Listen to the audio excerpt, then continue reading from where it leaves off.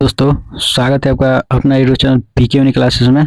दोस्तों, आज के हम इस वीडियो में आप लोग को भारतीय राष्ट्रीय आंदोलन से जो भी प्रश्न पूछा हुआ है उन सभी प्रश्नों को चैप्टर वाइज देखेंगे लोग। ठीक है, तो आइए देखते हैं। सबसे पहले हम लोग देखेंगे भारत में यूरोपियों का आगमन से जो भी प्रश्न पूछा हुआ है उन सभी प्रश्नों को व्याख्या के साथ देखेंगे लोग। ठीक है, तो आइए यहाँ पे पहला प्रश्न है कि किस घटना ने भारत के विदेशी व्यापार पर ब्रिटिश नियंत्रण को और अधिक मजबूत कर दिया था। तो याद रखना, स्वेज नहर को खोल दिया जाना। ठीक है, इसका राइट आंसर हो जाएगा ऑप्शन नंबर ए। आइए इसके बारे में देखते हैं कि 17 नवंबर 1869 को स्वेज नहर के खुल जाने से भारत के विदेशी व्यापार पर ब्रिटिश नियंत्रण को अधिक मजबूती प्रदान हुई थी, क्योंकि इस नहर के कारण भारत और ब्रिटेन के मध्य जो है 7,000 किलोमीटर दूरी कम हो गया था। ठीक है, और व्यापारिक रास्ता जो है सरल और सुगम हो गया था। ठीक है, नेक्स्ट उसके बाद प्रश्न देखेंगे हम लोग कि पुर्तगालियों द्वारा गोवा पर कब्जा कब किया गया था। तो याद रखना, 1510 ईस्वी में पुर्तगालियों के द्वारा गोवा पर कब्जा किया गया था।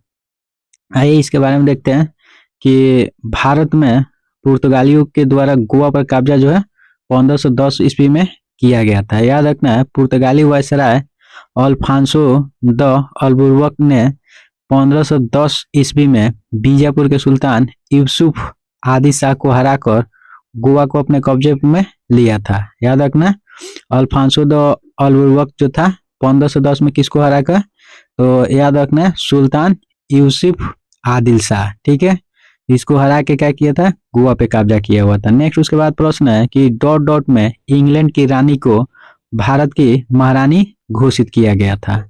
तो 1877 ईस्वी में इंग्लैंड की रानी को भारत का महारानी घोषित किया गया था।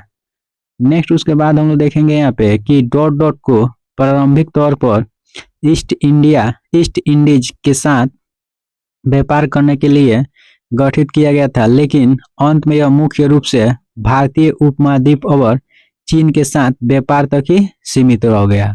तो याद रखना, ईस्ट इंडिया कंपनी। और याद रखना, ईस्ट इंडिया कंपनी को प्रारंभिक तौर पर ईस्ट इंडीज के साथ व्यापार करने के लिए गठित किया गया था और कंपनी के प्रबंध के लिए समिति की व्यवस्था किया गया था और इसमें निर्देशक और एक उप निर्देशक और 24 सदस्य थे।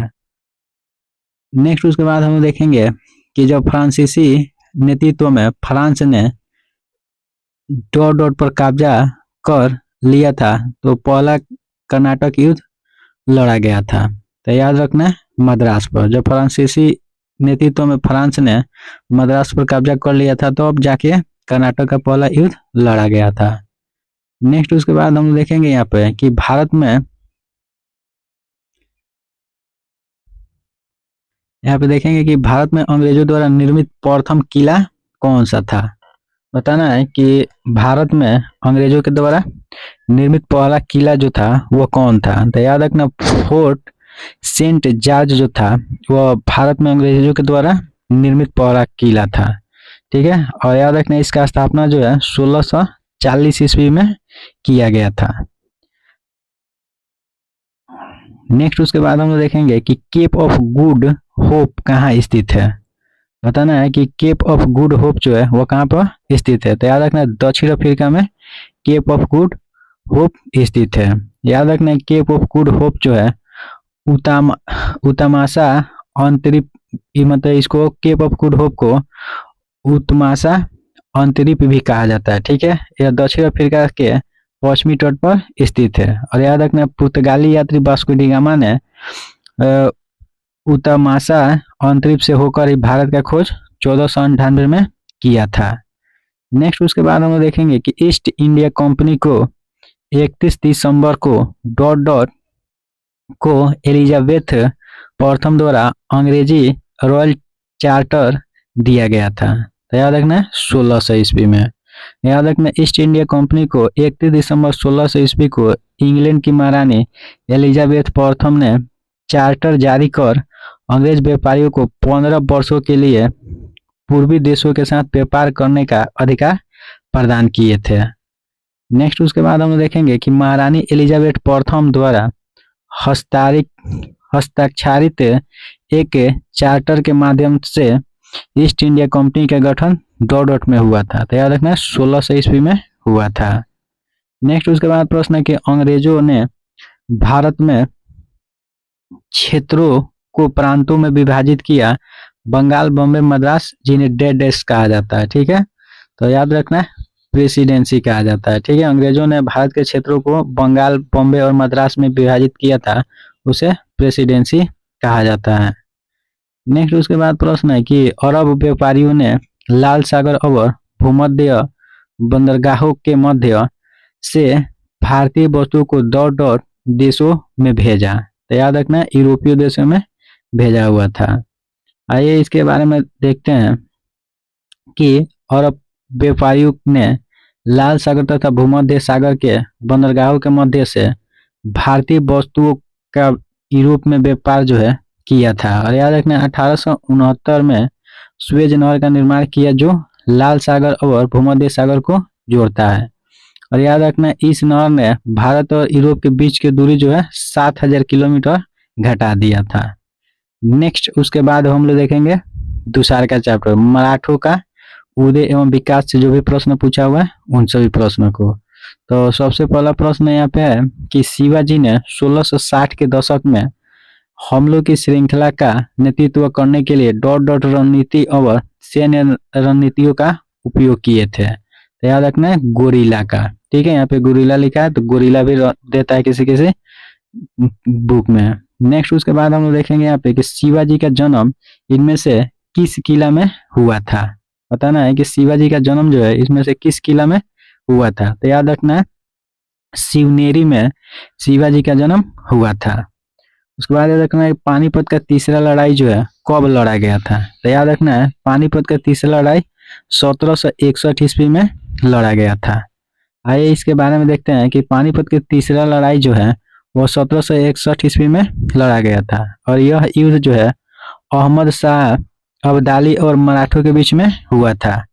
याद रखना है कि इस युद्ध में मराठों का सेनापति सदाशिवराव भाऊ थे। ठीक है, याद रखना सदाशिवराव भाऊ। और याद रखना इस युद्ध में अहमद शाह अब्दाली विजय हुए थे, मतलब इनका जीत हुआ था। और याद रखना कि इस युद्ध के प्रत्यक्षदर्शी काशीराज पंडित ने कहा पानीपत का तृतीय युद्ध मराठों के लिए प्रलयकारी सिद्ध होगा। ठीक है, क्वेश्चन पूछ सकता है कि पानीपत का तीसरा युद्ध मराठों के लिए प्रलयकारी सिद्ध होगा, किसने कहा था। तो याद रखना काशीराज पंडित ने कहे थे।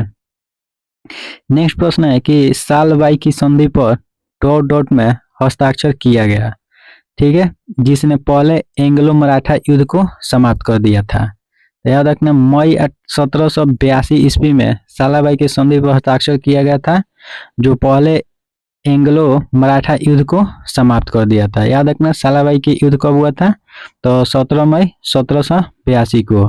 ठीक है, ईस्ट इंडिया कंपनी और पूना दरबार के बीच में हुआ था।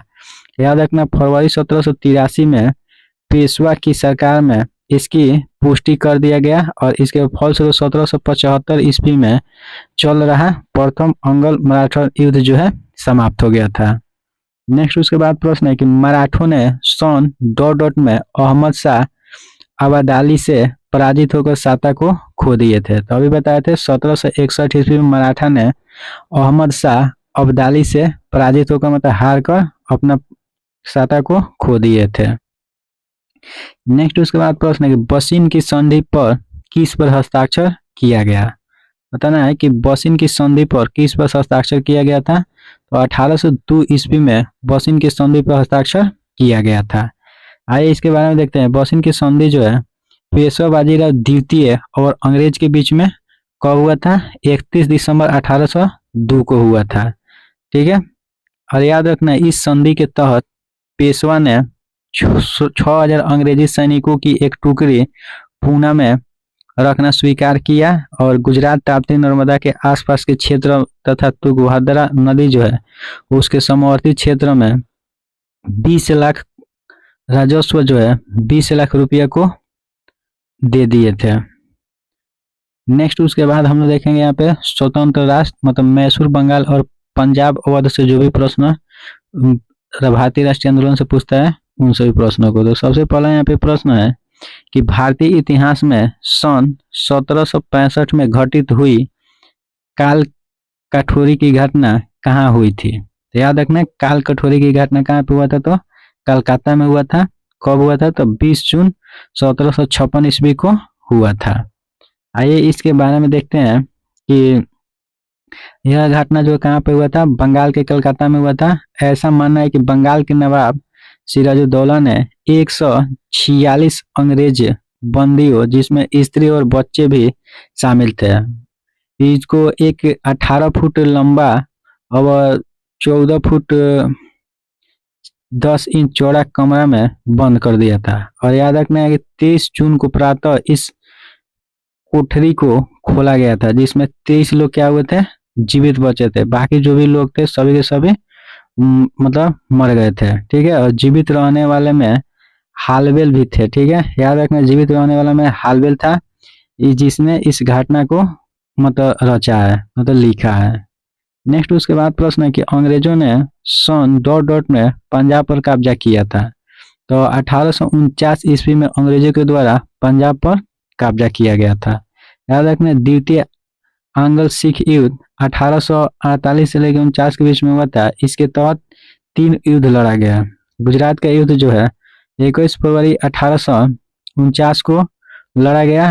अंग्रेजी सेना का नेतृत्व चार्ल्स नेपियर ने किया था और उसने चिनाब नदी के किनारे लड़े गए युद्धों में सिख को क्या किया था? पराजित कर पंजाब राज्य को ब्रिटिश साम्राज्य में मिला दिया था। और महाराजा दिलीप सिंह जो थे 5 लाख रुपया का वार्षिक पेंशन देकर उन्हें शिक्षा प्राप्त करने के लिए इंग्लैंड भेज दिए थे। नेक्स्ट उसके बाद प्रश्न है कि प्लासी और बक्सर की लड़ाई ने डॉट पर अंग्रेजों का शासन स्थापित किया। तो याद रखना, बंगाल। याद रखना, प्लासी और बक्सर की लड़ाई ने बंगाल पर अंग्रेजों का शासन स्थापित किया था। याद रखना, प्लासी का युद्ध जो है 23 जून 1757 को, ठीक है, बंगाल के नादिया जिला में भागीरथी नदी के किनारे प्लासी नामक गांव पर ईस्ट इंडिया कंपनी के सेनापति रॉबर्ट क्लाइव और बंगाल के नवाब सिराजुद्दौला के बीच हुआ था। ठीक है।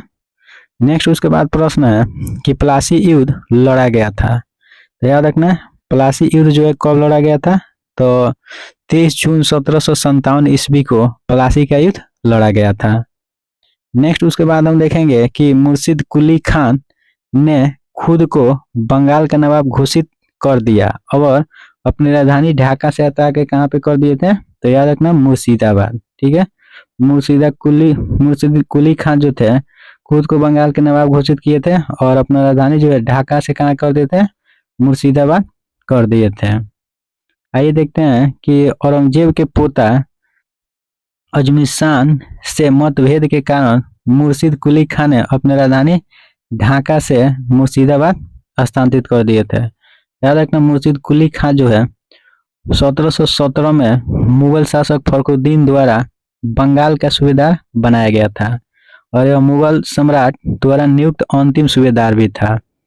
याद रखना, इसी के साथ बंगाल को वंशानुगत सूबेदार शासन में शुरुआत किया गया था। नेक्स्ट उसके बाद हम लोग देखेंगे 23 नंबर प्रश्न कि हैदर अली ने अंग्रेजों के साथ मद्रास संधि पर हस्ताक्षर किए, जिसमें दोनों उनके उभयनिष्ठ शत्रु डॉट के विरुद्ध परस्पर मदद के लिए सहमत हुए थे। तो याद रखना, मराठा। नेक्स्ट उसके बाद हम देखेंगे औपनिवेशिक अर्थव्यवस्था से जो भी प्रश्न पूछा हुआ है उन सभी प्रश्नों को। तो पहला प्रश्न है कि डॉट को बंगाल, बिहार, उड़ीसा में लॉर्ड कॉर्नवालिस द्वारा शुरू किया गया था। तो याद रखना, अस्थायी बंदोबस्त को बंगाल, बिहार और उड़ीसा में लॉर्ड कॉर्नवालिस के द्वारा शुरू किया गया था। नेक्स्ट उसके बाद प्रश्न है कि वर्ष 1793 में बंगाल, बिहार और उड़ीसा में डॉट शुरू किया गया था। तो याद रखना, अस्थायी बंदोबस्त जो है 1793 इसमें बंगाल, बिहार और उड़ीसा में शुरू किया गया था। याद रखना, अस्थायी बंदोबस्त 1793 बंगाल, बिहार और उड़ीसा में शुरू किया गया था। नेक्स्ट प्रश्न है कि सन 1853 में डॉट डॉट तक यातायात के लिए पहला रेल मार्ग खोला गया था। तो याद रखना, बॉम्बे से थाने के बीच 1853 में रेल मार्ग चलाया गया था। नेक्स्ट उसके बाद प्रश्न है कि वर्तमान में पश्चिम उत्तर प्रदेश, मध्य प्रदेश, पंजाब के कुछ हिस्सा जो है 1830 में डॉट डॉट को शुरू किया गया था। तो याद रखना, महलवारी व्यवस्था के लिए। आइए इसके बारे में देखते हैं कि महलवारी व्यवस्था का प्रस्ताव जो है सबसे पहले हॉल्ट मैकेंजी के द्वारा दिया गया था। और याद रखना है कि इस व्यवस्था के अंतर्गत भूराजस्व का निर्धारण प्रत्येक ग्राम महाल के आधार पर दिया जाता था। वर्तमान के पश्चिमी उत्तर प्रदेश, मध्य प्रदेश और पंजाब के कुछ हिस्सा जो है 1830 में लागू किया गया था और इसके तहत 30% भूमि जो है शामिल किया गया था। नेक्स्ट प्रश्न है कि रैयतवाड़ी व्यवस्था किस वर्ष शुरू किया गया था। तो याद रखना, रैयतवाड़ी व्यवस्था जो है 1802 ईस्वी में शुरू किया गया था। याद रखना, रैयतवाड़ी व्यवस्था 1792 ईस्वी में मद्रास प्रेसिडेंसी के बारामहल जिले में सबसे पहले कर्नल लीड के द्वारा शुरू किया गया था। और रैयतवाड़ी व्यवस्था का प्रारंभिक प्रयोग जो है मुनरो के द्वारा 1820 में मद्रास में शुरू किया गया था। नेक्स्ट उसके बाद हम देखेंगे कि रैयतवाड़ी व्यवस्था co dot dot over Maharashtra में शुरू किया गया था। तो याद रखना, रैयतवाड़ी व्यवस्था जो है उसको मद्रास और बॉम्बे में शुरू किया गया था। नेक्स्ट उसके बाद हम देखेंगे कि डॉट डॉट ने इजारेदारी व्यवस्था की शुरुआत की, जिसके अनुसार राजस्व एकत्र करने का अधिकार उच्चतम बोली जाने वाले 5 साल की अवधि के लिए दिया गया था। तो याद रखना, इसका राइट आंसर हो जाएगा वारेन हेस्टिंग। ठीक है, इसका राइट आंसर हो जाएगा ऑप्शन नंबर बी। नेक्स्ट उसके बाद हम देखेंगे आधुनिक भारत में शिक्षा का विकास से जो भी प्रश्न पूछा हुआ है उन सभी प्रश्नों को। तो सबसे पहला यहाँ पे है कि 1791 में ईस्ट इंडिया कंपनी के लेजिस्लेटेंट जोनाथन ढक्कन ने हिंदू कानून और दर्शन के अध्ययन के लिए डॉट डॉट कॉलेज शुरू किया। तो याद रखना, संस्कृत कॉलेज जो है 1791 में ईस्ट इंडिया कंपनी के रेजिस्टेंट जोनाथन ढक्कन ने हिंदू कानून और दर्शन अध्ययन के लिए शुरू किए थे। नेक्स्ट उसके बाद हम देखेंगे कि डॉट डॉट में अंग्रेजी ईस्ट इंडिया कंपनी ने भारत में एक शिक्षा प्रणाली पेश की जिसे वुड के डिस्पैच के नाम से जाने जाना लगा। तो याद रखना, 1854 ईस्वी में ईस्ट इंडिया कंपनी ने भारत में एक शिक्षा प्रणाली पेश किया जिसे वुड के डिस्पैच के नाम से जाना जाता है। नेक्स्ट उसके बाद हम देखेंगे यहाँ पे 33वां प्रश्न कि अंग्रेजों ने भारत में अंग्रेजी शिक्षा का माध्यम बनाया था। बताना है कि अंग्रेजों ने भारत में अंग्रेजों को शिक्षा का माध्यम बनाया था। तो याद रखना, 1835 ईस्वी में अंग्रेजों ने भारत में अंग्रेजी को शिक्षा का माध्यम बनाया था। आइए इसके बारे में यहाँ पे देखते हैं कि अंग्रेजी शिक्षा अधिनियम 1835 भारतीय परिषद का विधायी अधिनियम था। इसके द्वारा समाज में केवल उच्च वर्ग को अंग्रेजी माध्यम में शिक्षा प्रदान की जाती थी और फारसी की जगह अंग्रेजी को न्यायालय की भाषा बना दिया गया और अंग्रेजी पुस्तकों की छपाई जो है मुफ्त में होने लगा और उन्हें सस्ते दामों में बेचे जाने लगा। नेक्स्ट उसके बाद प्रश्न है कि ब्रिटिशों ने भारत में अंग्रेजों को अनुदेशों का माध्यम कब बनाया था। बताना है कि ब्रिटिशों ने भारत में अंग्रेजी को अनुदेशों के माध्यम कब बनाया था। तो अभी बताए थे 1835 ईस्वी में ब्रिटिशों ने भारत में अंग्रेजों के अनुदेशों का माध्यम बनाया हुआ था। नेक्स्ट उसके बाद हम देखेंगे समाचार पत्र और पत्रिका से जो भी प्रश्न पूछा हुआ है उन सभी प्रश्नों को। तो पहला यहाँ पे प्रश्न है कि स्वतंत्रता संग्राम में मदद करने के लिए लोकमान्य तिलक द्वारा कौन सा अखबार शुरू किया गया था। तो याद रखना, स्वतंत्रता संग्राम में मदद करने के लिए लोकमान्य तिलक के द्वारा केसरी समाचार पत्र जो है शुरू किया गया था। आइए इनके बारे में देखते हैं कि बाल गंगाधर तिलक प्रखर राष्ट्रवादी एवं गर्मपंथी आंदोलनकारी के रूप में प्रसिद्ध थे। साथ ही उन्होंने एक पत्रकार और साहित्यकार के रूप में भी प्रसिद्धि प्राप्त की थी। और याद रखना, केसरी जो है मराठी भाषा में और मराठा जो है अंग्रेजी भाषा में प्रकाशन किए थे और पूना से किए थे। और याद रखना, इसके संस्थापक और संपादक दोनों बाल गंगाधर तिलक ही थे। नेक्स्ट उसके बाद हम लोग देखेंगे कि मराठा समाचार पत्र केसरी की स्थापना किसने की थी। बताना है कि मराठी समाचार पत्र केसरी जो है इसका स्थापना जो किसने किया था, तो अभी बताए थे बाल गंगाधर तिलक के द्वारा मराठी समाचार पत्र केसरी का स्थापना किया गया था। नेक्स्ट प्रश्न है भारत का पहला अखबार किसने शुरू किया, तो अभी याद रखना भारत का पहला अखबार जो है जेम्स हिकी के द्वारा शुरू किया गया था। याद रखना भारत का पहला अखबार जेम्स हिकी के द्वारा शुरू किया गया था। आइए देखते हैं इसके बारे में। द बंगाल गजट भारत में प्रकाशित होने वाला प्रथम समाचार पत्र था। याद रखना द बंगाल गजट भारत में प्रकाशित होने वाला प्रथम समाचार पत्र था। याद रखना है कि द बंगाल गजट का प्रकाशन जो है 29 जनवरी 1780 ईस्वी में जेम्स अगस्टन हिकी ने किया था और यह अंग्रेजी साप्ताहिक समाचार पत्र था जिसका प्रकाशन जो है कलकत्ता में हुआ था। याद रखना द बंगाल गजट 29 जनवरी 1780 में जेम्स हिकी के द्वारा शुरू किया गया था कलकत्ता से। नेक्स्ट उसके बाद हम देखेंगे कि 1778 में अंग्रेजों ने डॉट डॉट में पहली प्रिंटिंग प्रेस की स्थापना की थी। याद रखना 1778 ईस्वी में अंग्रेजों के द्वारा कलकत्ता में पहली बार प्रिंटिंग प्रेस की स्थापना किया गया था। आइए देखते हैं इसके बारे में कि अंग्रेजों ने 1778 में भारत के कलकत्ता शहर में पहला प्रिंटिंग प्रेस की स्थापना की थी। याद रखना जेम्स हिकी के द्वारा 1780 ईस्वी में प्रकाशित द बंगाल गजट को भारत का प्रथम अखबार माना जाता है, जबकि ईस्ट इंडिया कंपनी ने 1784 ईस्वी में बॉम्बे में अपना पहला प्रिंटिंग प्रेस स्थापित किया था। और याद रखना जोहान्सबर्ग ने 1440 में प्रिंटिंग प्रेस का आविष्कार किया था और भारत में प्रिंटिंग प्रेस जो है पुर्तगालियों के द्वारा गोवा में स्थापित किया गया था। नेक्स्ट उसके बाद प्रश्न है कि समाचार पत्र the Bombay times and journal of commerce का आरंभ जो है 1838 में हुआ था। डॉट डॉट में इसका नाम बदलकर द टाइम्स ऑफ इंडिया कर दिया गया। तो याद रखना 1861 ईस्वी में the Bombay times and journal of commerce का आरंभ जो है 1838 में हुआ था और इसका नाम 1861 में बदलकर द टाइम्स ऑफ इंडिया कर दिया गया। नेक्स्ट उसके बाद अब हम लोग देखेंगे 1857 के विद्रोह से अभी तक जो भी प्रश्न पूछा हुआ है उन सभी प्रश्नों को।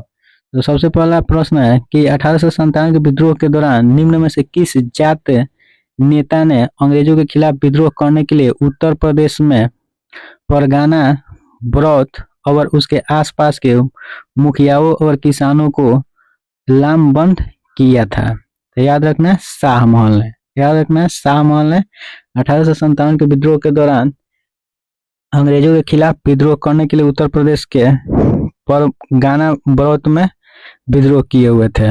नेक्स्ट उसके बाद हम देखेंगे कि डॉट डॉट पर 1857 के विद्रोह के विद्रोहियों का नेतृत्व करने के आरोप में मुकदमा चलाया गया और रंगूर निर्वासित किया गया, जहां 1862 में उनका निधन हो गया।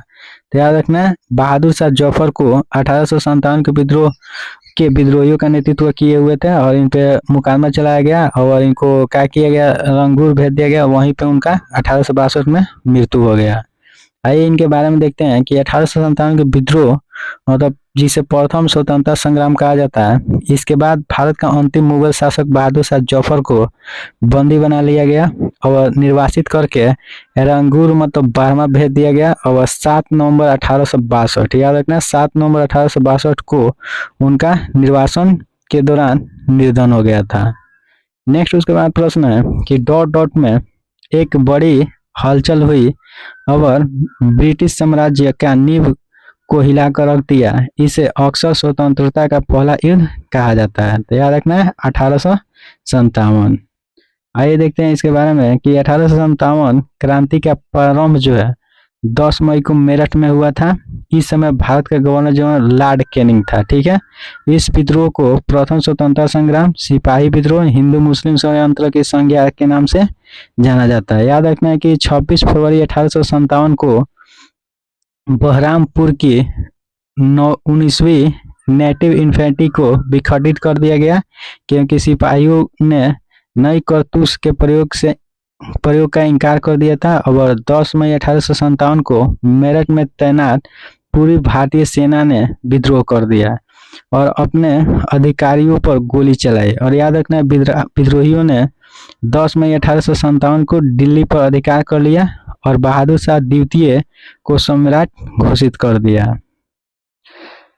नेक्स्ट उसके बाद प्रश्न देखें, भारतीय स्वतंत्रता का पहला युद्ध कब लड़ा गया था? तो याद रखना 1857 को भारतीय स्वतंत्रता का प्रथम युद्ध लड़ा गया था।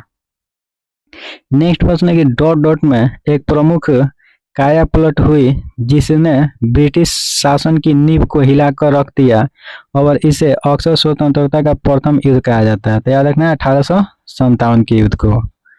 नेक्स्ट उसके बाद प्रश्न है कि अंग्रेजों से लड़ते हुए रानी लक्ष्मीबाई डॉट डॉट 1858 को शहीद हुई थी। ठीक है, तो याद रखना अंग्रेजों से लड़ते समय रानी लक्ष्मीबाई जो है वह कब शहीद हो गई थी?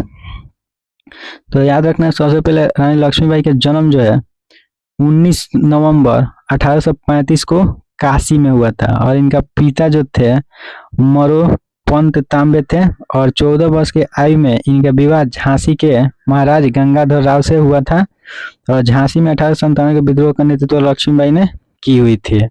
और याद रखना कि इन्होंने अंग्रेजों को डट कर मुकाबला किया। अंत में 18 जून 1858 को ग्वालियर के निकट कोटा की सराय में जनरल हीरोज से लड़ते हुए वीरगति की प्राप्ति हुई।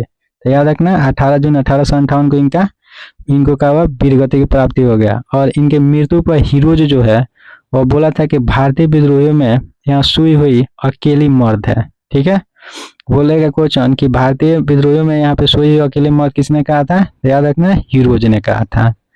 नेक्स्ट उसके बाद प्रश्न है कि अंग्रेजों से लड़ते हुए रानी लक्ष्मीबाई सन डॉट डॉट में शहीद हो गए। तो याद रखना 1858 ईस्वी को अंग्रेजों से लड़ते हुए रानी लक्ष्मीबाई शहीद हो गई थी।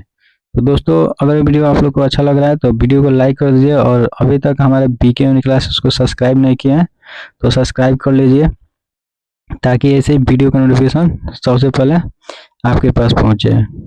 नेक्स्ट उसके बाद हम लोग देखेंगे यहाँ पे किसान विद्रोह और किसान आंदोलन से जो भी प्रश्न पूछा हुआ है उन सभी प्रश्नों को। ठीक है, तो सबसे पहले यहाँ पे प्रश्न दिया हुआ है कि बंगाल में, यहाँ पे प्रश्न दिया है कि बंगाल में डॉट डॉट की खेती के कारण 1859 में विद्रोह शुरू हुआ था। तो याद रखना है नील की खेती के कारण। नेक्स्ट उसके बाद हम देखेंगे यहाँ पे कि डॉट डॉट द्वारा लिखित नील दर्पण में अंग्रेजों के हाथों नील की खेती करने वाले किसानों की दशा और उसके शोषण की व्याख्या किया गया है। तो याद रखना दीनबंधु मित्र के द्वारा। ठीक है, याद रखना नील दर्पण किसके द्वारा लिखा गया है? तो दीनबंधु मित्र के द्वारा लिखा गया है। नेक्स्ट उसके बाद हम देखेंगे यहाँ पे कि भारतीय राष्ट्रीय आंदोलन के दौरान प्रसिद्ध उपन्यास आनंद मठ किसने लिखा? तो याद रखना बंकिम चंद्र चट्टोपाध्याय के द्वारा आनंद मठ जो है भारतीय राष्ट्रीय आंदोलन के दौरान लिखा गया था। नेक्स्ट उसके बाद हम देखेंगे यहाँ पे प्रश्न 50 नंबर जनजातीय और अन्य प्रमुख आंदोलन से प्रश्न। ठीक है, तो प्रश्न है कि अंग्रेजों ने बस डॉट डॉट में उड़ीसा के खंडों के साथ शांति समझौता पर हस्ताक्षर किए थे। तो याद रखना 1848 ईस्वी में अंग्रेजों ने क्या किए थे? उड़ीसा के खंडों के साथ समझौता किए थे, शांति समझौता। नेक्स्ट उसके बाद प्रश्न है कि तुआनकोर के दीवान थे जिन्होंने 1808 में एक विद्रोह का नेतृत्व किया था, उन्होंने सार्वजनिक रूप से फांसी दिया गया था। तो याद रखना है बेलू थम्पी को। ठीक है, बेलू थम्पी जो थे वे तनवार कोर के दीवान थे जिनको 1808 में एक विद्रोह के नेतृत्व किए हुए थे और उन्हें सार्वजनिक रूप से फांसी की सजा दिया गया था। नेक्स्ट उसके बाद हम देखेंगे यहाँ पे कि बेलू थम्पी दल किस भारतीय रियासत से जुड़े थे? उन्होंने अंग्रेजों के विरुद्ध विद्रोह के लिए जाना जाता है। तो याद रखना त्रावणकोर।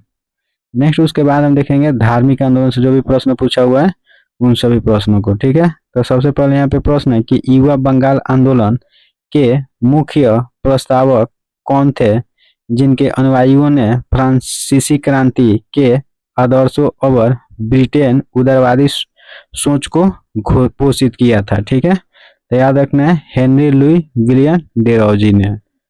नेक्स्ट उसके बाद हम देखेंगे कि प्रसिद्ध हस्ती और उनसे संबंधित संगठन का सही संयोजन चुनिए। तो याद रखना सत्यशोधक समाज के जो है किसके द्वारा लिखा गया था, ज्योतिबा फुले के द्वारा लिखा गया था। आइए बाकी यहाँ पे देखते हैं। ज्योतिबा फुले जो है सत्यशोधक समाज संबंधित है और एनिवेशन जो है ये थियोसोफिकल सोसाइटी से संबंधित है। महादेव गोविंद रानाडे जो है पूना सार्वजनिक सभा से संबंधित है। दादाभाई नौरोजी जो है ईस्ट इंडिया एसोसिएशन से संबंधित है। नेक्स्ट उसके बाद हम देखेंगे प्रश्न कि 1896 में महर्षि धोंधो केशव कार्वे ने विधवाओं और अन्य महिलाओं को शिक्षित करने के लिए डॉट डॉट में एक आश्रम की स्थापना की, क्योंकि वे शिक्षा के माध्यम से सशक्तिकरण में विश्वास रखते थे। तो याद रखना पूना में। नेक्स्ट उसके बाद हम देखेंगे यहाँ पे प्रश्न कि राजा राम मोहन राय ने ठीक के बाद ब्राह्मण समाज का नेतृत्व किया था। ठीक है, बताना है कि राजा राम मोहन राय ने ठीक के बाद ब्राह्मण समाज का नेतृत्व किसने किया था। तो याद रखना रविंद्रनाथ टैगोर ने। नेक्स्ट उसके बाद हम देखेंगे प्रश्न कि आर्य समाज के संस्थापक इनमें से थे। तो याद रखना है आर्य समाज के संस्थापक इसमें से कौन थे। तो याद रखना दयानंद सरस्वती जो थे वो आर्य समाज के संस्थापक थे। आइए देखते हैं कि आर्य समाज की स्थापना जो है स्वामी दयानंद सरस्वती के द्वारा 10 अप्रैल 1875 ईस्वी को मुंबई में किया गया था। ये बात याद रखना है। ठीक है, और इन्होंने प्रसिद्ध एक नारा दिए थे वेदों की ओर लौटो। ठीक है, याद रखना है वेदों की ओर लौटो का नारा कौन दिए थे। तो याद रखना है दयानंद सरस्वती। ठीक है, नेक्स्ट उसके बाद हम देखेंगे प्रश्न कि किस समाज सुधारक ने सत्यशोधक समाज की स्थापना की थी। तो याद रखना है ज्योतिबा फुले ने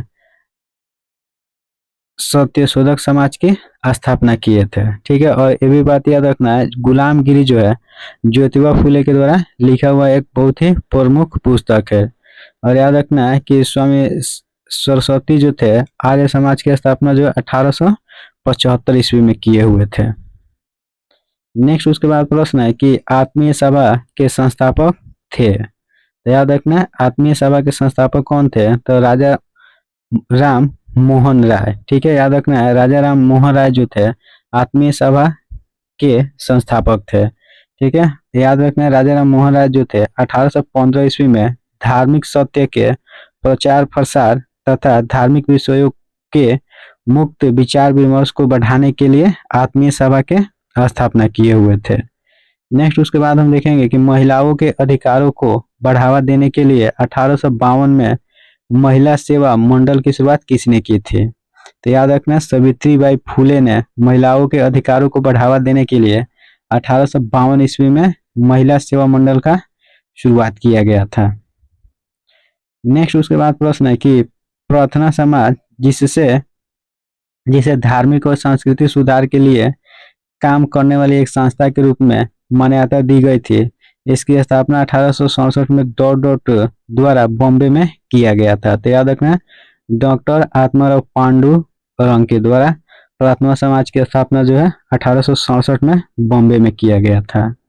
नेक्स्ट उसके बाद प्रश्न है कि सर विलियम जोन्स ने एशियाटिक सोसाइटी ऑफ बंगाल की स्थापना किस वर्ष किए थे। तो 1784 ईस्वी में सर विलियम जोन्स ने एशियाटिक सोसाइटी ऑफ बंगाल की स्थापना किए हुए थे। ठीक है, और याद रखना एशियाटिक सोसाइटी ऑफ बंगाल की स्थापना जो है 15 जनवरी 1784 को विलियम जोन्स ने कोलकाता में स्थित फोर्ट विलियम कॉलेज में किए हुए थे। नेक्स्ट उसके बाद प्रश्न है कि डॉट डॉट में राजा राम मोहन राय ने कलकत्ता में ब्रह्म समाज की स्थापना किए थे। तो याद रखना 1828 ईस्वी में राजा राम मोहन राय ने कलकत्ता में ब्राह्मण समाज की स्थापना किए हुए थे। नेक्स्ट उसके बाद प्रश्न है कि ब्रिटिश शासन के दौरान भारत में महिलाओं के अधिकार में सुधार किसने किया। बताना है कि ब्रिटिश शासन के दौरान भारत में महिलाओं के अधिकार में सुधार किसने किया था। तो पंडिता रामाबाई जो थे वो ब्रिटिश शासन के दौरान भारत में महिलाओं के अधिकार में सुधार की हुई थी। ठीक है, याद रखना है कि समाज सुधारक पंडिता रामाबाई का जन्म जो है 23 अप्रैल 1858 को महाराष्ट्र में हुआ था।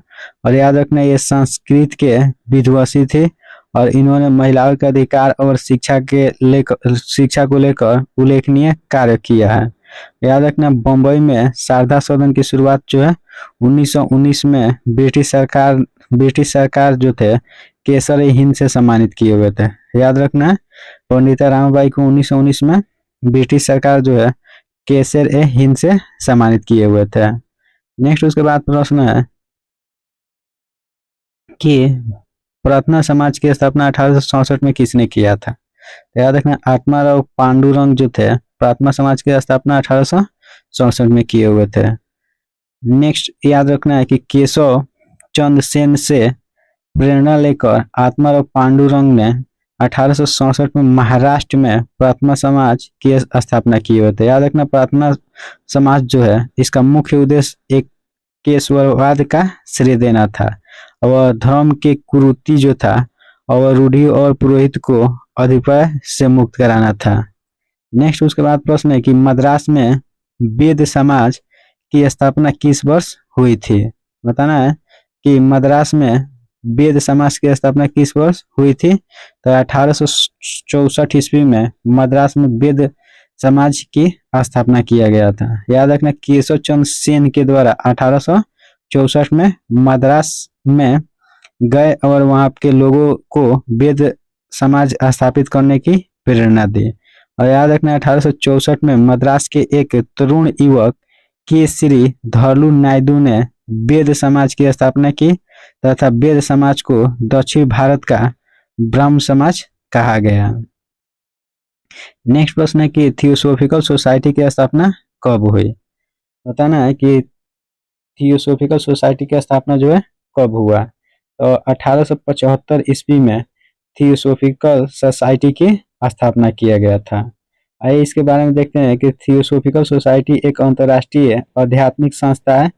थियोसॉफी ग्रीक भाषा के दो शब्द थियोस और सोफिया से मिलकर बना है, जिसका अर्थ होता है हिंदू धर्म की ब्रह्म विद्या। ठीक है, और ईसाई धर्म के नेस्टिज्म के समकालीन माना जाता है। नेक्स्ट उसके बाद प्रश्न है कि डॉट में स्वामी विवेकानंद ने रामकृष्ण मिशन की स्थापना किए थे। तो याद रखना 1897 ईस्वी में स्वामी विवेकानंद ने रामकृष्ण मिशन की स्थापना किए हुए थे। नेक्स्ट उसके बाद प्रश्न है कि डॉट ने उपनिवेशों और वेदों का बांग्ला भाषा में अनुवाद किया था। बताना है कि किसने उपनिषदों और वेदों का बांग्ला भाषा में अनुवाद किए थे। तो राजा राम मोहन राय जो थे उपनिषद और वेदों को बांग्ला में अनुवाद किए हुए थे। और याद रखना है इन्होंने 1828 में ब्रह्म समाज की स्थापना किए हुए थे। याद रखना है, और राजा राम मोहन राय जो थे उपनिषद और वेद को बांग्ला में अनुवाद किए थे और 1828 में ब्रह्म समाज की स्थापना किए हुए थे। नेक्स्ट प्रश्न है कि दयानंद सरस्वती निम्नलिखित में से किस मिशन के संस्थापक थे। तो याद रखना दयानंद सरस्वती जो थे आर्य समाज के संस्थापक थे। आइए इनके बारे में देखते हैं कि स्वामी दयानंद सरस्वती का जन्म गुजरात के मोरबी जिला में 12 फरवरी 1824 को हुआ था। ठीक है, याद रखना मूल नक्षत्र में जन्म लेने के कारण उनका नाम जो है मूल शंकर रखा गया। ठीक है, याद रखना दयानंद सरस्वती को मूल शंकर भी कहा गया। ठीक है, इनके पिता का नाम जो था अम्बा शंकर था और मथुरा के स्वामी बीजानंद इनके गुरु थे। याद रखना शिक्षा प्राप्त करके गुरु की आज्ञा का धर्म करने हेतु यह पखंडनी प्रथा का फहराई थे।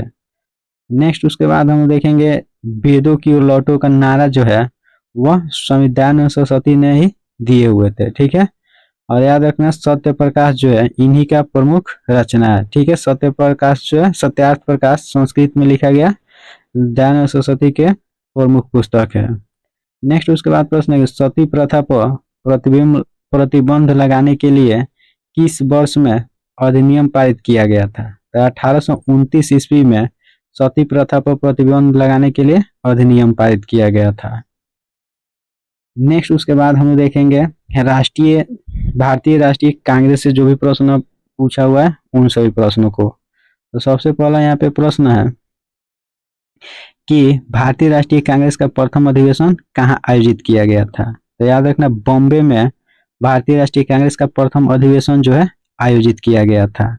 ठीक है, और ये भी याद रखना है कि भारतीय राष्ट्रीय कांग्रेस की स्थापना जो है 28 दिसंबर 1885 ईस्वी को बम्बई के गोकुलदास तेज प्रताप संस्कृत कॉलेज में किया गया था और इसका संस्थापक जो थे ए.ओ. ह्यूम थे और इसका प्रथम अधिवेशन जो है 1885 में भूमेश चंद्र चटर्जी के अध्यक्षता में बम्बई में ही हुआ था। ठीक है, याद रखना है भारतीय राष्ट्रीय कांग्रेस का स्थापना 28 दिसंबर 1885 को बम्बई में गोकुलदास तेजपाल संस्कृत कॉलेज में हुआ था और इसका संस्थापक ए.ओ. ह्यूम थे और इसका प्रथम अधिवेशन 1885 में ही भूमेश चंद्र बनर्जी की अध्यक्षता में बम्बई में ही हुआ था। नेक्स्ट उसके बाद प्रश्न है कि भारतीय राष्ट्रीय कांग्रेस का गठन किस वर्ष किया गया था। याद रखना 1885 में। ठीक है, याद रखना 28 दिसंबर 1885 ईस्वी को लॉर्ड डफरिन के शासनकाल में भारतीय राष्ट्रीय कांग्रेस का स्थापना बॉम्बे में हुआ था।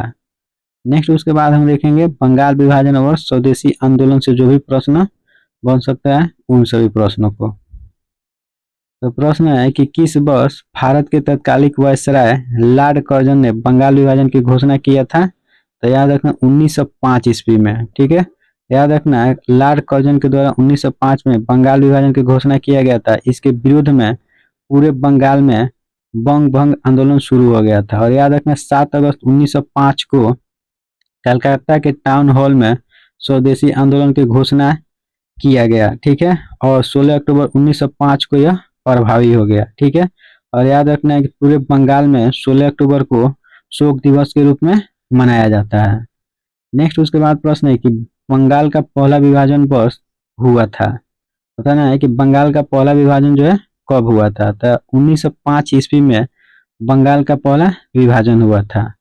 ठीक है, याद रखना बंगाल विभाजन का निर्णय 19 जुलाई 1905 ईस्वी को भारत के तत्कालिक वायसराय लॉर्ड कर्जन द्वारा किया गया था। याद रखना है लॉर्ड कर्जन के बंगाल विभाजन का मुख्य उद्देश्य जो था राष्ट्रवाद का गढ़ बन चुके बंगाल का विभाजन कर राष्ट्रवाद को विखंडित करना था। ठीक है, और वहां पे सांप्रदायिक उन्माद को फैलाना था। ठीक है, और याद रखना है बंगाल विभाजन के उपलक्ष्य में 16 अक्टूबर 1905 को पूरे बंगाल में शोक दिवस के रूप में मनाया गया। और याद रखना है रविंद्रनाथ टैगोर के सुझाव पर बंगाल में राखी दिवस भी मनाया गया था। नेक्स्ट उसके बाद प्रश्न है कि भारतीय राष्ट्रीय आंदोलन के दौरान निम्नलिखित में से किसने भारत माता का प्रसिद्ध तस्वीर बनाई थी। तो याद रखना रविंद्रनाथ टैगोर जो थे वह भारतीय राष्ट्रीय आंदोलन के समय भारत माता का एक प्रसिद्ध तस्वीर बनाए हुए थे। आइए इनके बारे में देखते हैं। भारतीय राष्ट्रीय आंदोलन के दौरान 1905 में रविंद्रनाथ टैगोर जो थे भारत माता की प्रसिद्ध तस्वीर बनाए थे। याद रखना वाराणसी स्थित भारत माता मंदिर का उद्घाटन जो 1936 में महात्मा गांधी के द्वारा किया गया था। और याद रखना दुर्गा महिषासुर मर्दिनी नामक प्रसिद्ध चित्र जो है तैयब मेहता के द्वारा रचा गया था। याद रखना दुर्गा महिषासुर मर्दिनी ठीक है नामक प्रसिद्ध चित्र जो है तैयब मेहता के द्वारा रचा गया है। नेक्स्ट उसके बाद हम देखेंगे दिल्ली दरबार। ठीक है, दिल्ली दरबार से जो भी प्रश्न बन सकता है उन सभी प्रश्नों को। ठीक है, तो सबसे पहला यहाँ पे प्रश्न है कि भारत में अंग्रेजी शासन के दौरान राजधानी को कलकत्ता से बदलकर दिल्ली कब किया गया था। तो याद रखना 1911 में। ठीक है, 1911 इसका राइट आंसर हो जाएगा। नेक्स्ट उसके बाद हम देखेंगे होम रूल आंदोलन। ठीक है, होम रूल आंदोलन से जो भी प्रश्न है उन सभी प्रश्नों को देखेंगे। तो सबसे पहला प्रश्न है कि प्रथम होम रूल लीग की स्थापना डॉट के द्वारा किया गया था। तो याद रखना बाल गंगाधर तिलक के द्वारा प्रथम होम रूल लीग की स्थापना जो है किया गया था। आइए इसके बारे में देखते हैं कि प्रथम होम रूल लीग का गठन जो है 1916 में बाल गंगाधर तिलक के द्वारा किया गया था और याद रखना इसके अतिरिक्त एनी बेसेंट भी होम रूल लीग की गठन में शामिल थे। नेक्स्ट उसके बाद प्रश्न है कि भारत में स्वशासन प्राप्त करने के उद्देश्य से सितंबर 1916 में मद्रास में भारतीय राष्ट्रवादी बाल गंगाधर तिलक और भारतीय स्वतंत्रता सेनानी डॉट डॉट द्वारा होम रूल लीग की स्थापना किया गया था। तो याद रखना एनी बेसेंट के द्वारा, ठीक है, एनी बेसेंट के द्वारा और बाल गंगाधर तिलक के द्वारा। नेक्स्ट उसके बाद देखेंगे हम लोग क्रांतिकारी आंदोलन, ठीक है। तो पहला ही प्रश्न है कि 1931 में इलाहाबाद के अल्फ्रेड पार्क में पुलिस से लड़ते हुए निम्नलिखित में से किस क्रांतिकारी ने खुद को गोली मार ली थी? याद रखना चंद्रशेखर आजाद ने, ठीक है। 1931 में इलाहाबाद के अल्फ्रेड पार्क में पुलिस से लड़ते हुए अपने आप को गोली मार लिए थे चंद्रशेखर आजाद ने। आइए इनके बारे में पढ़ते हैं कि 1931 में इलाहाबाद मतलब प्रयागराज के अल्फ्रेड पार्क वर्तमान में चंद्रशेखर पार्क के नाम से जाना जाता है।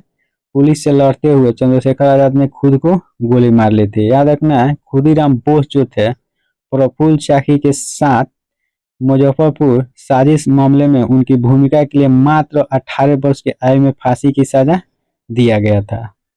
नेक्स्ट उसके बाद प्रश्न है कि इनमें से कौन क्रांतिकारी संगठन नौजवान भारत सभा के संस्थापकों में से एक थे जिसकी स्थापना जो 1926 में किया गया था? तो याद रखना भगत सिंह, ठीक है। नौजवान भारत सभा के संस्थापक 1926 में भगत सिंह के द्वारा किया गया था। नेक्स्ट उसके बाद प्रश्न है कि लाला लाजपत राय 1921 से डॉट डॉट से जुड़े हुए थे। तो याद रखना the servant of the people society से लाला लाजपत राय जो है 1921 से ही जुड़े हुए थे। आइए देखते हैं कि servant of the people society मतलब लोक समाज के सेवक की स्थापना जो है 1921 में लाला लाजपत राय के द्वारा लाहौर में किया गया था और सत्य शोधक समाज की स्थापना 1973 में ज्योतिबा फुले के द्वारा पूना में किया गया था। याद रखना सत्य शोधक समाज की स्थापना 1973 में ज्योतिबा फुले के द्वारा पूना में किया गया था और servant of the people society की स्थापना जो 1921 में लाला लाजपत राय के द्वारा लाहौर में किया गया है। नेक्स्ट प्रश्न है कि पंजाब केसरी भी कहा जाता था। बताना है कि किसे पंजाब केसरी भी कहा जाता था? तो याद रखना लाला लाजपत राय को पंजाब केसरी के नाम से भी जाना जाता था। याद रखना लाला लाजपत राय को पंजाब केसरी कहा जाता है। वह एक महान स्वतंत्रता सेनानी और लेखक थे, ठीक है। 1928 में साइमन कमीशन के खिलाफ प्रदर्शन करने के दौरान पुलिस द्वारा लाठीचार्ज से घायल होने के कारण उनका मृत्यु हो गया।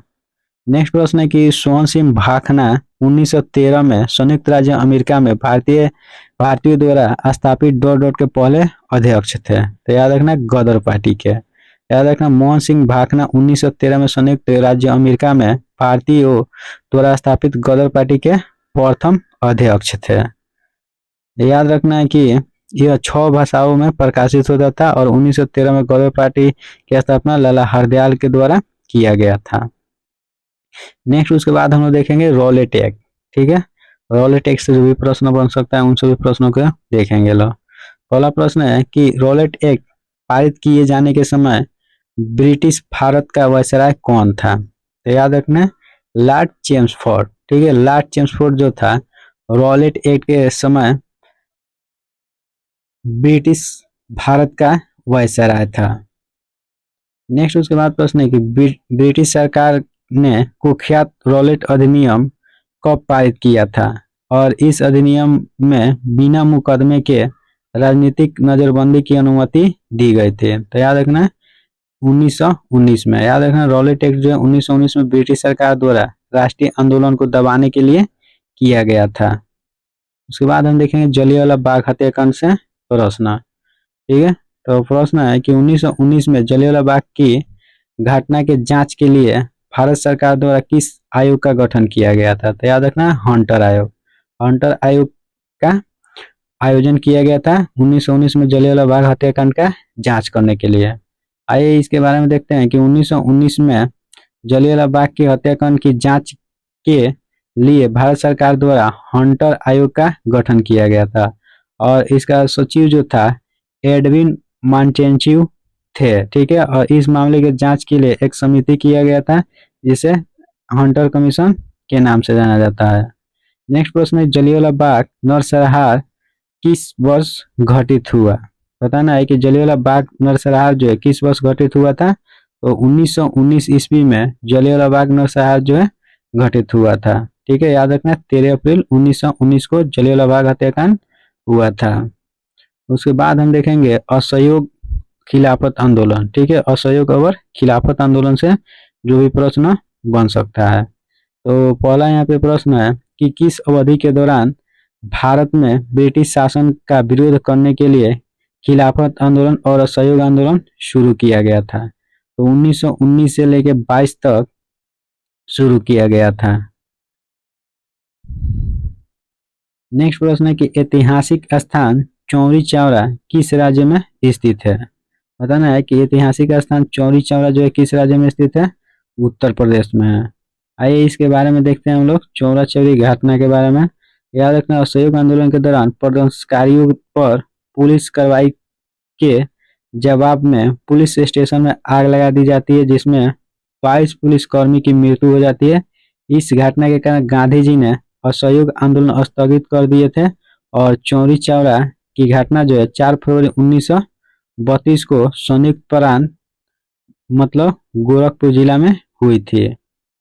नेक्स्ट उसके बाद हम देखेंगे स्वराज पार्टी। ठीक है, तो याद रखना है कि 1923 में स्वराज पार्टी का गठन किसने किया था। तो मोतीलाल नेहरू और चित्तरंजन दास के द्वारा 1923 में स्वराज पार्टी का गठन किया गया था।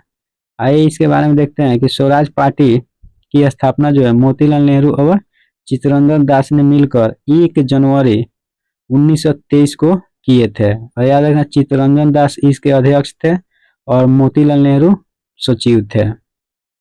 नेक्स्ट उसके बाद हम देखेंगे महात्मा गांधी और उनके प्रारंभिक आंदोलन से प्रश्न। तो प्रश्न दिया है कि गांधी जी ने छुआछूत के उन्मूलन और दलित वर्गों के उत्थान के लिए डॉट डॉट में हरिजन सेवक संघ की स्थापना की थी। तो याद रखना 1932 में गांधी जी ने छुआछूत के उन्मूलन और दलित वर्गों के उत्थान के लिए हरिजन सेवक संघ की स्थापना किए हुए थे। याद रखना महात्मा गांधी द्वारा छुआछूत उन्मूलन और दलित वर्गों के उत्थान के लिए 30 सितंबर 1932 को, ठीक है, 30 सितंबर 1932 को हरिजन सेवक संघ की स्थापना किए हुए थे।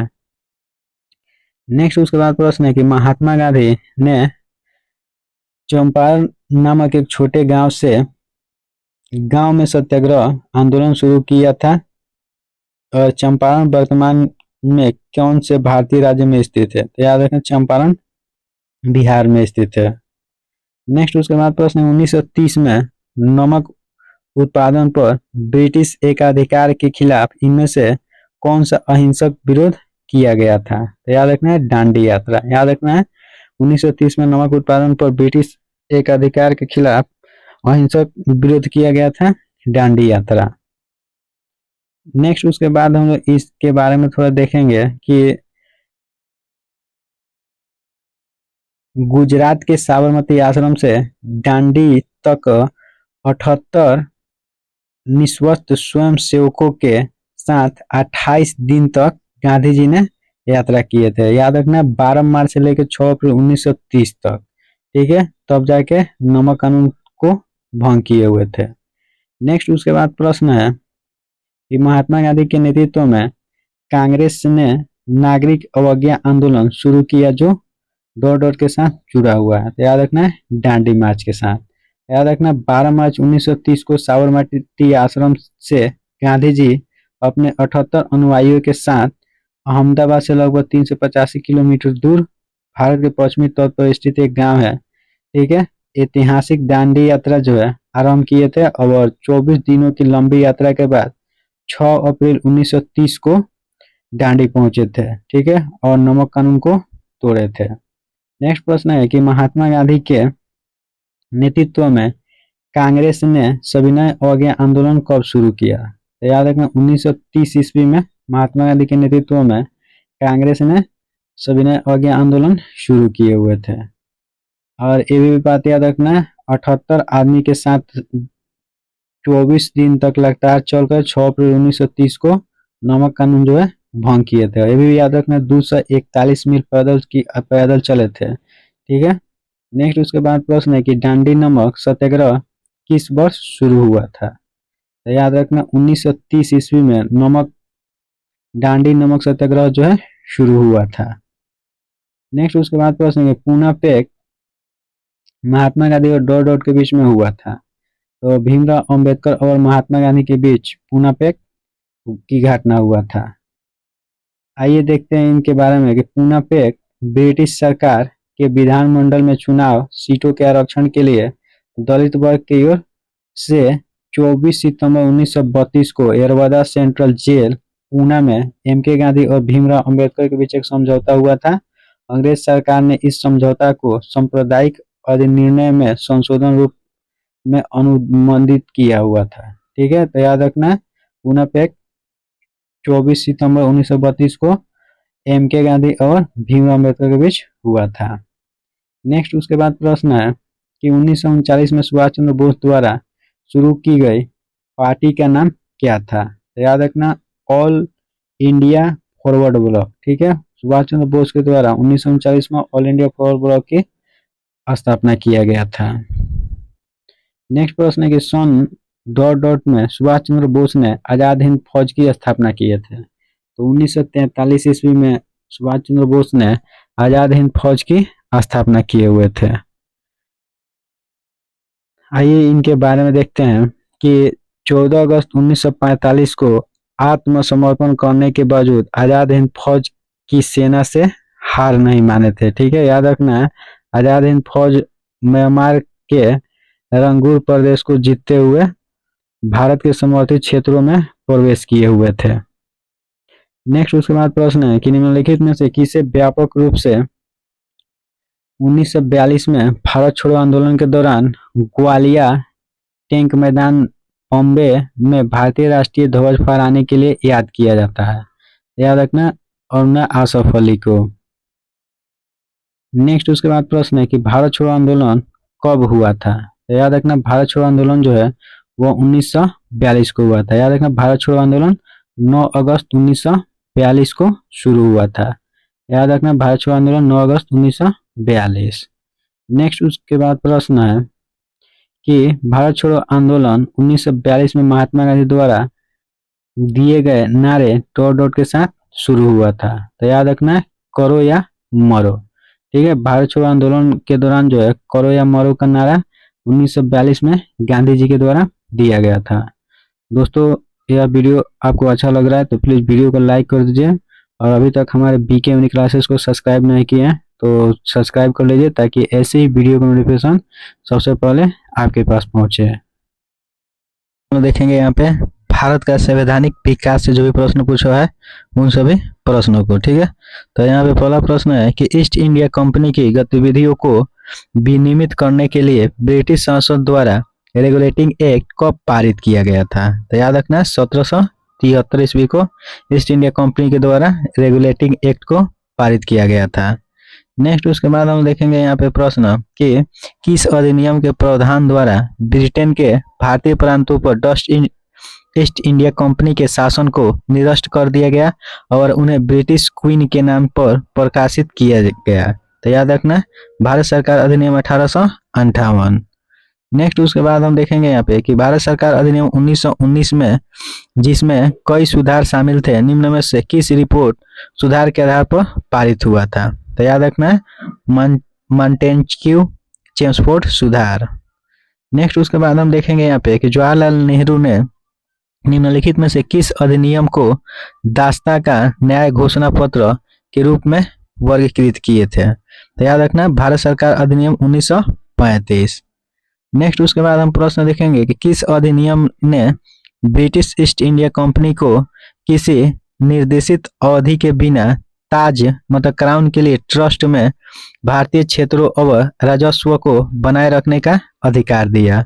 याद रखना चार्टर अधिनियम 1853।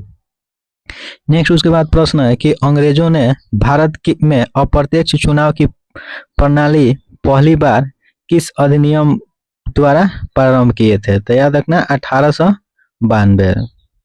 नेक्स्ट उसके बाद प्रश्न है कि ब्रिटिश भारत में मार्ले मिंटो सुधार किस वर्ष पारित किया गया। याद रखना 1909 को ब्रिटिश भारत में पार्लियामेंट सुधार पारित किए थे। नेक्स्ट उसके बाद प्रश्न है कि भारतीय संविधान के संशोधन की रिपोर्ट को सामान्यतः मॉन्टेस्क्यू चेम्सफोर्ड रिपोर्ट के नाम से जाना जाता है। बताना है कि यह रिपोर्ट कब प्रकाशित हुआ था, तो 1918 को। नेक्स्ट उसके बाद हम देखेंगे गवर्नर और गवर्नर जनरल और वायसराय से जो भी प्रश्न पूछा है उन सभी प्रश्नों को। ठीक है, तो पहला प्रश्न है कि भारत के पहले मेडिकल कॉलेज की स्थापना किसके काल में खोला गया था। ठीक है, तो याद रखना है लॉर्ड विलियम बेंटिंक के काल में भारत में पहला मेडिकल कॉलेज का स्थापना किया गया था। ठीक है, नेक्स्ट उसके बाद देखेंगे हम लोग कि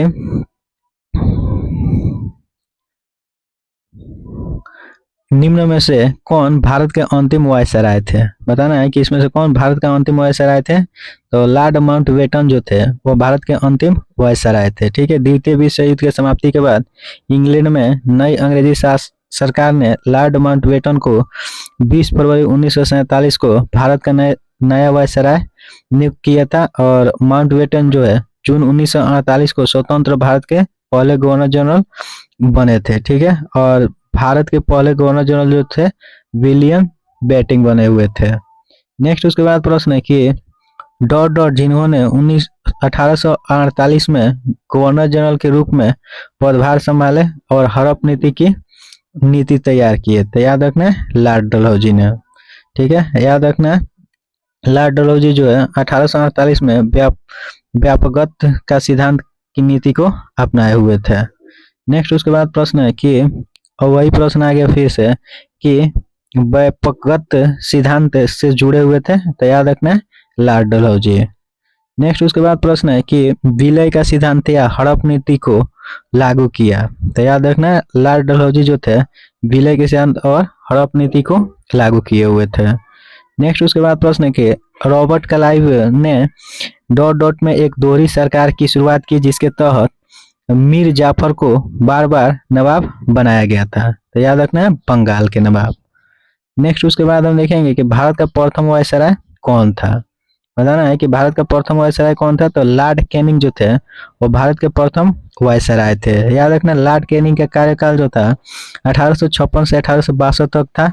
यह भारत में कंपनी द्वारा नियुक्त अंतिम वायसराय और भारत का प्रथम वायसराय थे। इसका कार्यकाल जो 1857 के क्रांति काल का सफलतापूर्वक दमन उसकी बहुत बड़ी उपलब्धि माना जाता है। तो याद रखना 1857 के कार्यकाल के दौरान भी लॉर्ड कैनिंग ही भारत का वायसराय था। नेक्स्ट उसके बाद प्रश्न है कि सहायक संधि भारत में ब्रिटिश क्षेत्र का विस्तार करने के लिए अभ्यास की जाने वाले सबसे महत्वपूर्ण नीतियों में से एक थी जिसे के द्वारा पेश किया गया था। तो याद रखना है लॉर्ड वेलेस्ली के द्वारा पेश किया गया था। नेक्स्ट उसके बाद प्रश्न है कि 1931 में भारत की नई राजधानी के रूप में नई दिल्ली का उद्घाटन करने वाले वायसराय का नाम क्या था, तो याद रखना है लॉर्ड इरविन। ठीक है, लॉर्ड इरविन जो था 1931 में भारत की नई राजधानी के रूप में दिल्ली का उद्घाटन करने वाला वायसराय था। आइए देखते हैं ये इसमें से क्वेश्चन जरूर आएगा। लॉर्ड कॉर्नवालिस जो है उनका कार्यकाल 1786 से 93 है। इसने 1793 ईस्वी में बंगाल में अस्थायी बंदोबस्त लागू किया था और इसे भारत में प्रशासनिक सेवा का जनक माना जाता है। याद रखना लॉर्ड कॉर्नवालिस को भारतीय प्रशासनिक सेवा का जनक माना जाता है। और लॉर्ड इरविन जो है 1926 से 31 इनका कार्यकाल है। इनके समय में 1948 में साइमन कमीशन भारत आया था। याद रखना लॉर्ड इरविन के समय में साइमन कमीशन भारत आया था और 13 मार्च 1931 में भारत की राजधानी जो है नई दिल्ली उद्घाटन किया गया। और लॉर्ड वेलेस्ली जो है इन्हीं के समय सहायक संधि प्रणाली जो है लागू किया गया था। और कलकत्ता में फोर्ट विलियम कॉलेज का भी स्थापना लॉर्ड वेलेस्ली के समय में ही हुआ था। नेक्स्ट उसके बाद प्रश्न है कि ने सन 1793 में भारतीय सिविल सेवा शुरू की है। तो लॉर्ड कॉर्नवालिस जो है इन्होंने 1793 ईस्वी में भारत में सिविल सेवा शुरू किए हुए थे। याद रखना है कि लॉर्ड कॉर्नवालिस का कार्यकाल जो है सितंबर 1786 से अक्टूबर 1793 तक था। और याद रखना है 1993 में भारतीय सिविल सेवा शुरू किए हुए थे। इन्हें पुलिस सेवा का जनक कहा जाता है। ठीक है, याद रखना है लॉर्ड कॉर्नवालिस को पुलिस सेवा का जनक कहा जाता है। और अस्थाई बंदोबस्त पद्धति जो है यह बिहार, उड़ीसा और बंगाल में लागू किए थे। ठीक है, और याद रखना है सिविल सेवा दिवस जो है प्रतिवर्ष 21 अप्रैल को मनाया जाता है। नेक्स्ट उसके बाद प्रश्न है कि 1781 में भारत के पहले गवर्नर जनरल वारेन हेस्टिंग ने मुस्लिम कानून के अध्ययन और प्रशिक्षण के लिए डॉट डॉट में मदरसा की स्थापना किए थे। तो याद रखना है कलकत्ता में। नेक्स्ट उसके बाद हम देखेंगे कथन और नारा से जो भी प्रश्न है उन सभी प्रश्नों को। तो स्वतंत्रता सेनानी को भारत के लौह पुरुष के उपाधि से सम्मानित किया गया। तो वल्लभ भाई पटेल को भारत के लौह पुरुष के नाम से जाना जाता है।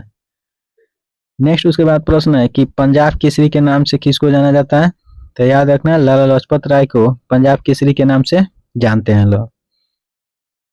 पंजाब के शेर या पंजाब केसरी के नाम से किसको जाना जाता है, लाला लाजपत राय को। नेक्स्ट उसके बाद देखेंगे ब्रिटिश कालीन प्रमुख इमारत। ठीक है, तो याद रखना है 1971 में युद्ध 1971 डॉट डॉट युद्ध के दौरान शहीद होने वाले सैनिक की याद में अमर जवान ज्योति इंडिया गेट के पास जलती है। तो याद रखना है भारत पाक। ठीक है, 1971 में भारत और पाकिस्तान के दौरान शहीद होने वाले सैनिकों की याद में अमर जवान ज्योति इंडिया गेट के पास जलाया जाता है। नेक्स्ट उसके बाद हम देखेंगे यहाँ पे प्रश्न कि प्रसिद्ध पर्यटक आकर्षण विक्टोरिया मेमोरियल है। बताना है कि विक्टोरिया मेमोरियल जो है वो कहाँ पे है। तो याद रखना पश्चिम बंगाल में विक्टोरिया मेमोरियल स्थित है। नेक्स्ट उसके बाद प्रश्न है कि प्रसिद्ध युद्ध स्मारक का निर्माण करने का प्रस्ताव है।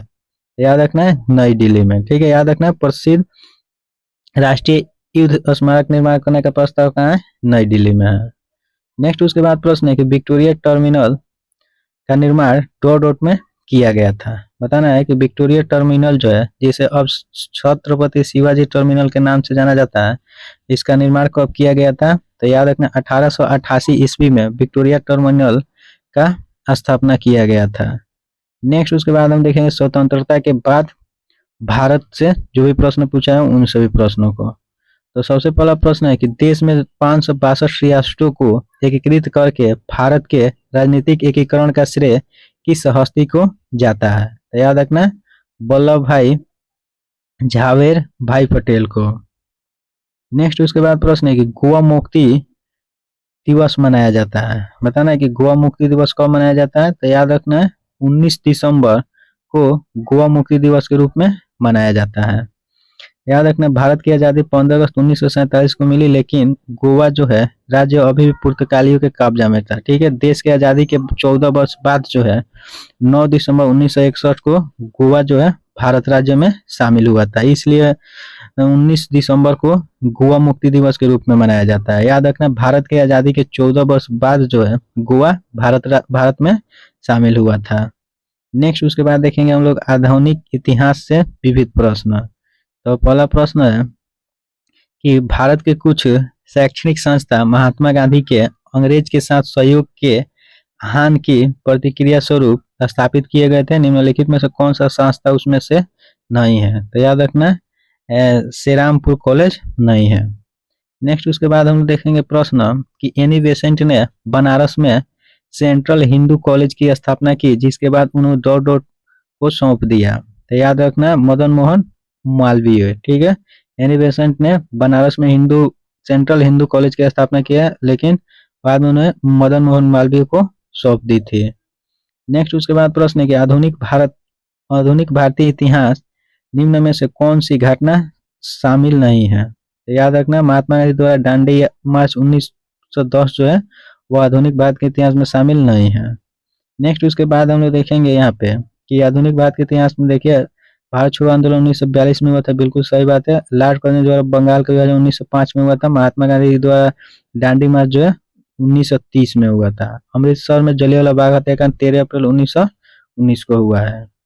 नेक्स्ट प्रश्न है कि 1911 में किंग जॉर्ज पंचम के राज्य अभिषेक का जश्न मनाने के लिए दरबार का आयोजन किया गया और यहीं पर राजधानी को कलकत्ता से दिल्ली स्थानांतरित करने का घोषणा किया गया था। तो याद रखना है दिल्ली। नेक्स्ट उसके बाद प्रश्न है कि इनमें से कौन 1934 में स्थापित कांग्रेस सोशलिस्ट पार्टी के संस्थापकों में से एक थे।